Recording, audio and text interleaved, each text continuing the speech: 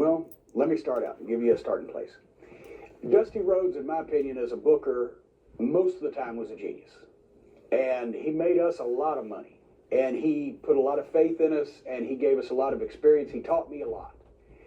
And as a wrestler, once again, he wasn't Luthez, but as a worker, he was off the charts.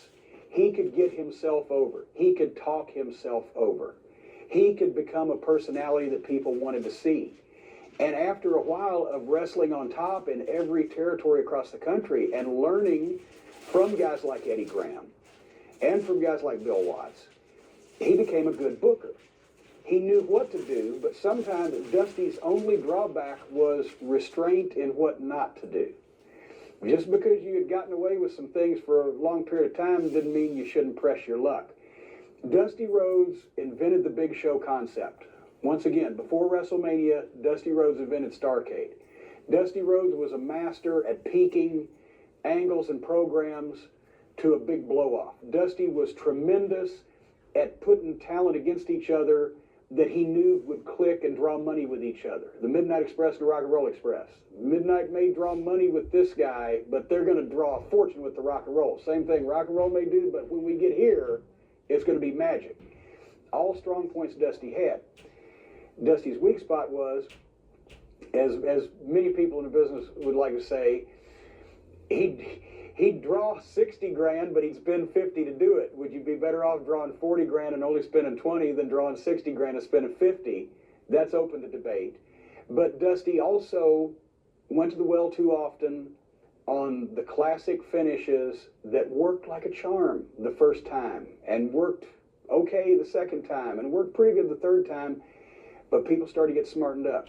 I've been in that position where you're a booker, and how much more can you think of? How many more times can we make a different shaped wheel, right? The Dusty finish that actually, he didn't even invent it. When it was first done, 30 years earlier than that, it was the most controversial thing ever and necessitated rematches and sellouts everywhere. But then, as you do it and you do it, people can get tired of it. People can start to see through it. People can start to get pissed off by it. The second referee comes in and reverses the decision because the first referee didn't see what happened. That sold out everywhere the first time it was done. All those finishes sold out the first time everywhere it was done, because if they hadn't sold out, nobody would have done them again. They worked in different territories, but when you were a national company now with national cable, you couldn't just do it in Charlotte and then you do it in Atlanta and then you do it in New Orleans and nobody knew.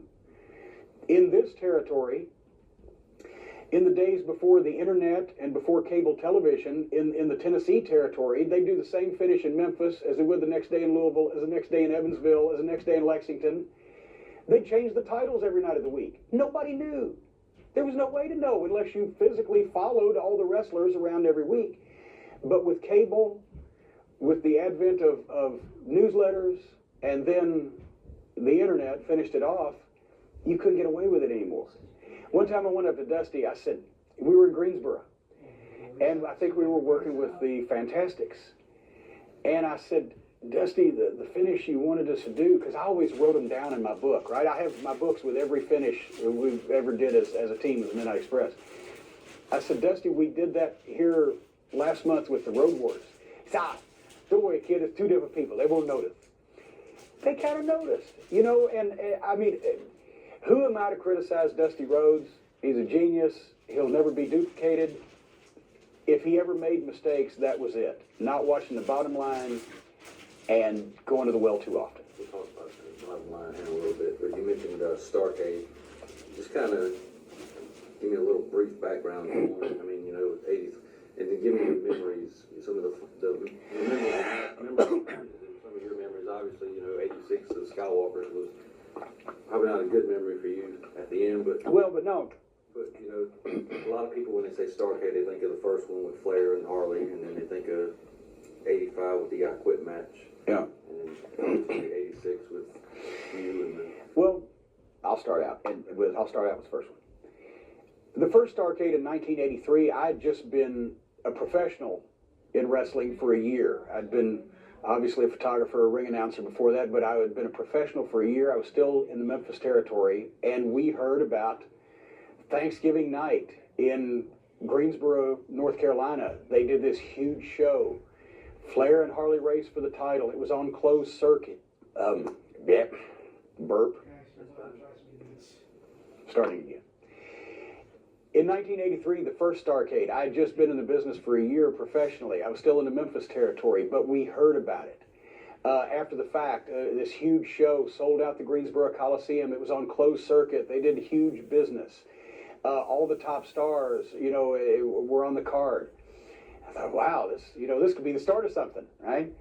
And then the next year they followed it up with Frazier as referee and another big card. 84, you don't hear as much about, but it still did business, especially in a down period for the rest of the territory. But then, luckily, by the time 85 came around, we were there. We had actually originally, the Midnight Express and I had been supposed to go to the Carolinas for Mid-South Wrestling because Watts had told us that we were finishing up after the series of scaffold matches with the Rock and Roll. Well, so we actually had worked with Flair and Dusty in Louisiana, and they had both put words in for us with Crockett. Obviously, Dusty at that point was the booker, so he didn't need to put a word in, but they both liked us. So we were good on either side of the fence. So we got a starting date in the Carolinas, and that's when Bill Dundee was booking for Watts, called us and said, well, Watts really wants you to go to Dallas. He's made a deal with Fritz. They're going to trade talent, and that way you'll still be close here. We can bring you back for the Superdome. We can bring you back for Oak City and Tulsa, the big events, and plus you'll do great with the Von Erichs. So we went to Dallas, and long story short, because it's not the topic of this documentary, we didn't do great in Dallas. Gino Hernandez, Chris Adams, and One Man Gang pretty much had the Von Erichs all sewed up. We ended up working a 6-month program with the Fantastics, which we loved because they were our friends and great matches, but it wasn't the top money. At the same time, we had called and given Jimmy Crockett our regrets that we couldn't come, and he said, well, if it doesn't work out, you're always welcome. So after 6 months of not making money in Dallas, we said, yeah, we want to come. So we gave our notice there. We called. They brought us into Atlanta. They had just absorbed the Atlanta office, and there was a crew in Atlanta and the main crew in the Carolinas. They brought the Rock and Roll Express in the same weekend, and that's when they won the World Tag Team Championship from the Russians their first night in. They were in Charlotte. We were in Atlanta. And the thought was they'll keep us apart for 6 months. We'll get over here, they'll get over there, and then Dusty will do his thing. Well, Atlanta, they closed down after 3 months. So as far as having the guys based in the territory. But with Starcade 85, we were already getting established, but we weren't ready for the Rock and Roll. So Dusty came up with the program with Handsome Jimmy Valiant, the Boogie Woogie Man, and Miss Atlanta Lively. For the people who don't know, it was Ronnie Garvin dressed as a woman. And somehow Dusty managed to almost make this sound feasible. That Ronnie had dressed up as a woman. The first time Ronnie's dressed in drag in the locker room at TBS TV. Big wig, huge fake Snavitzes, the sweater, the tight pants like the 80s rock video look at the time. Barbarian's over in the corner, way on the other side of the room, looks over and says, oh, who's the new girl? She looks good. We're like, Barb, go up and take a closer look. Anyway, we were not happy, to say the least, that our first Starcade, we were going to... Jimmy Valiant, I mean, I'd known him for years at that point from wrestling in Memphis, and my mother was even the godmother of his son, Handsome Jr. I was fine with working with Jimmy Valiant, but just, are the people going to take this seriously? And Ronnie Garvin, yes, but Ronnie Garvin dressed as a woman, as our big Starcade match going to be... And so... This is where I learned to have some faith in what Dusty did, because he managed some way to frame this to where they pulled it off. The people actually loved it. Not only that, the Midnight Express got the tuxedos. We all three got tuxedos for the street fight, the Atlanta street fight, because that's the first year that they were in the Omni for half the show and Greensboro for half the show. So, and they back and forth on the closed circuit. So anyway, we come out in tuxedos for a street fight. Ronnie Garvin gets juiced. There's a transvestite just covered in blood. I think Jimmy's bleeding, Bobby and Dennis, everybody's bleeding. They're hitting each other with stuff. It was a wild brawl, and people went crazy and got over. Wasn't the greatest technical match we ever had, but it was our intro to Starrcade. It was one of the featured matches, and we got a nice payoff out of it. He was kind of the original Big Mama then. Well, it actually, no, because Big Mama was actually in the corner, I believe. If she wasn't at Starrcade, they brought her in on it, but somewhere or another, Big Mama was in the corner of Handsome Jimmy, and it was bizarre. It was not, let's put it this way, it probably wasn't something Bill Watts would have booked. That's what we were used to at that point in time, but it worked, and that was Starrcade 85, and then Starrcade 86 is the one everybody remembers. And from a selfish personal standpoint, we had all the great matches with the Rock and Roll Express, Tully Blanchard and Arn Anderson, Fantastics, all these great tag teams. All of our Starrcade matches were all main events, and they all drew money, and we got our biggest payoffs of our career, and none of them technically were as good as what we were doing in Gaffney, South Carolina at a spot show. When you think about, well, we had a street fight with Handsome Jimmy Valiant and Ronnie Garvin dressed as a woman. The next year, Starrcade 86, the one everybody remembers, we had a scaffold match with the Road. We had great matches with the Road Warriors on the ground, but nobody can have a great match up there. So we got our biggest payoff the whole time we worked for Crockett, and the most memorable match of all time, and I took the second most memorable bump in wrestling history behind Mick Foley getting tossed off the Hell in a Cell that was replayed over and over. But the matches themselves weren't anything near what we could do in a ring with a straight match quality-wise. So that did teach me that match quality and profitability, bankability, drawability don't necessarily go hand in hand. In 1987, we had the Rock and Roll Express, but on a scaffold again, and in Chicago. Because 87 had been a down year, and Dusty was reaching to the well again. So he said, well, let's do the scaffold again. So our Starrcade 87 match sucked because it was on a scaffold. It wasn't near what we could do with the Rock and Roll. And then Starrcade 88 was actually the best wrestling match that we had of all of them, because it was against the original Midnight Express and Paulie Dangerously. But that was the one that nobody saw because Turner Broadcasting had bought the company and pretty much put the boots to it, and nobody remembers that. Let's talk about 86 a little bit more. Everybody, you talk about that moment. You're afraid of heights, right? Yes. Talk about that a little bit, because that's, like you said, it's seen all over the world millions of times. Well, we had been working a program with the Road Warriors, and they were scheduled right before Starrcade 86 to go to Japan. And to explain the time off, the Midnight Express got to do something that nobody ever got to do, and that's injure the Road Warriors. We attacked them, beat them, they sold my racket, Hawk and Animal. They were so professional working with the Midnight because they respected Bobby and Dennis in the ring, and they even respected me, especially after I took that bump. But we hurt the Road Warriors, and they were gone to Japan, but they were out of sight. And where are the Road Warriors? We've run them off. They're gone for good. Then they started sending in videos, and they did the video from up on top of the construction scaffold where they said, we're going to have the Midnight Express where Jim Cornette, who everybody knows is afraid of heights, as Hawk would say, he's a big pussy. Cornette can't interfere. He's going to be up on the scaffold 20 feet in the air. Night of the Skywalkers, that was Dusty's addition. There had been scaffold matches, but they'd never been called Skywalkers. And we're going to get the Midnight Express. So basically, Dusty was banking, and rightfully so as it turned out, on the fact that we had enough heat at that point that people legitimately wanted to see us killed. They wanted to see us die. They threw the pumpkins off of the scaffold and they crashed. That's supposed to be our heads into a million pieces. And of course we heard Pumpkinhead for months after that. But people legitimately were... Chipotle just dropped Build Your Own Chipotle. Let's go! A mini Chipotle experience at home. It feeds 4 to 6 people. We have a lot of food here. Lots of protein, rice and beans. Everybody can make whatever they want, and there's plenty to go around. Absolute game changer. Track flight prices to perfection. That's blasphemous! Because this ain't your average sports talk, alright? Only on Sirius XM. Dry, brittle hair? New Pantene damage repair formulas are infused with provitamins, argan, and jojoba oils.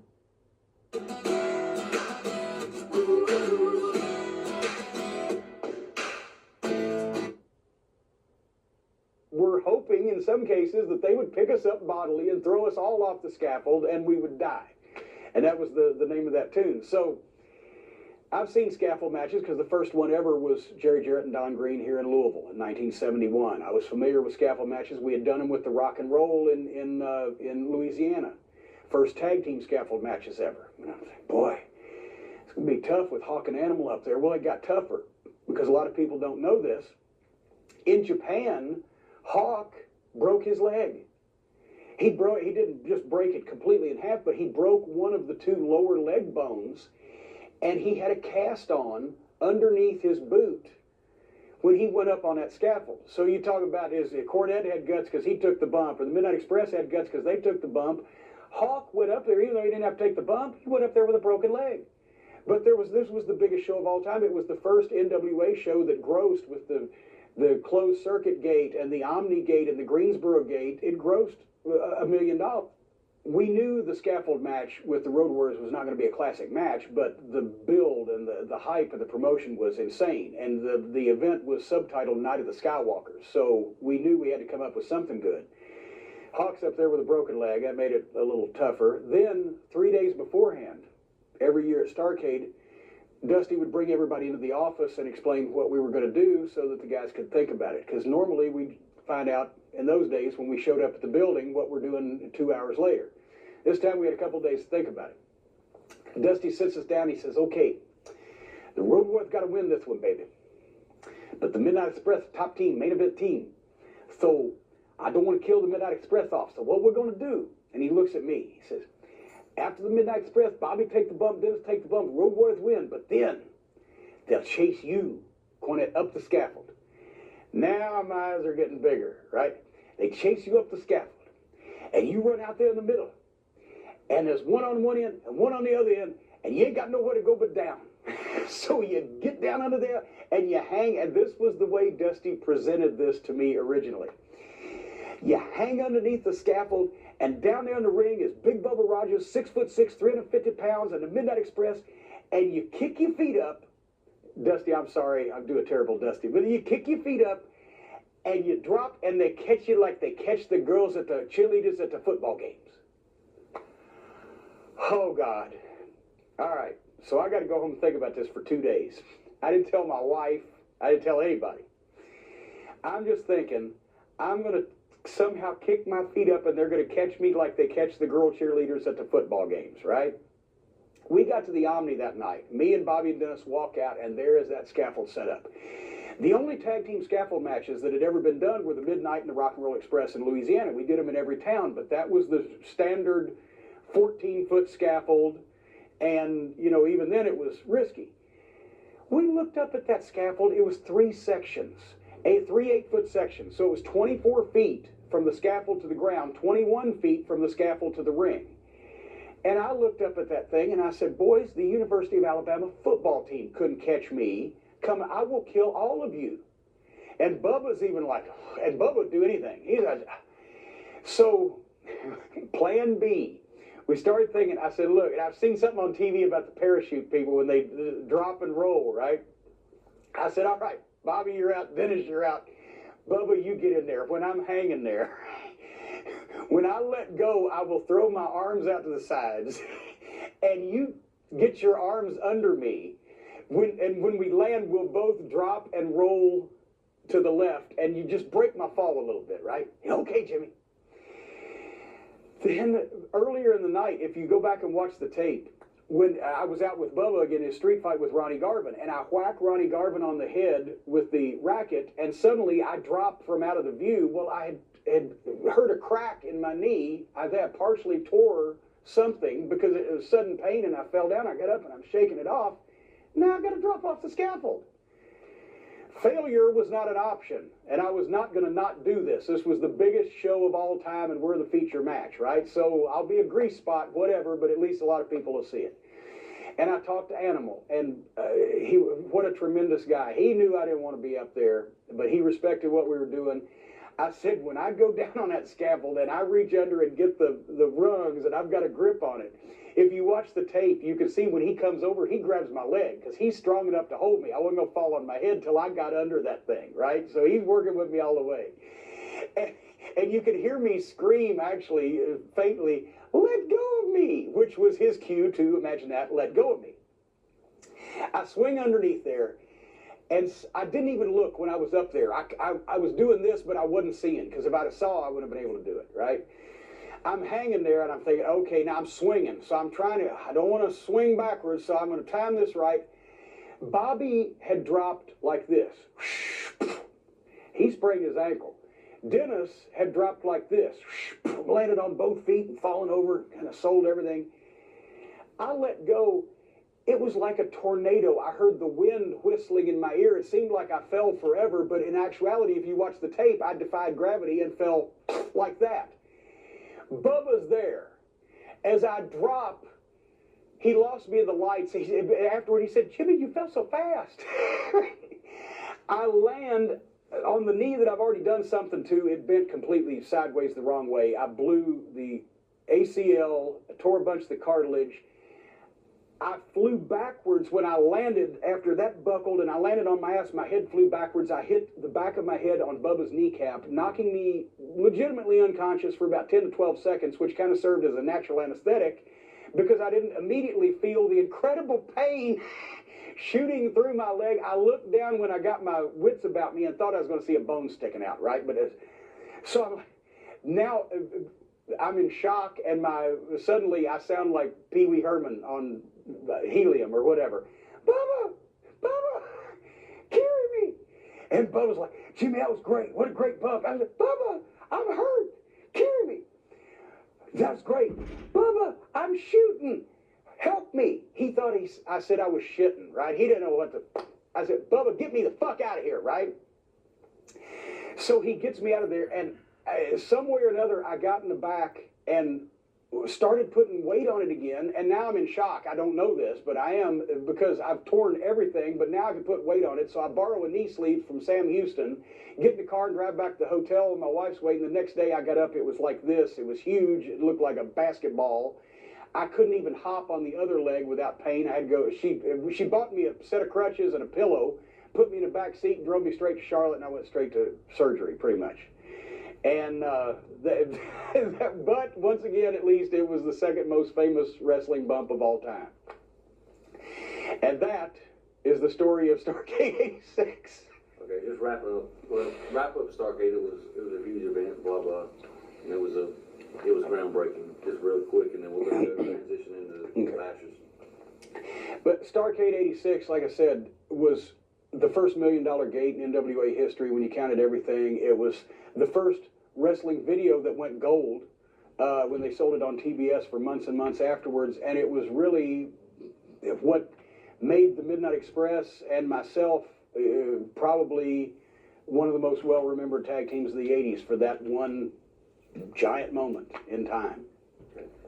Let's skip back to another thing. TBS. Let's talk about how important that was for the project to get that. And obviously you got it through events. And, right.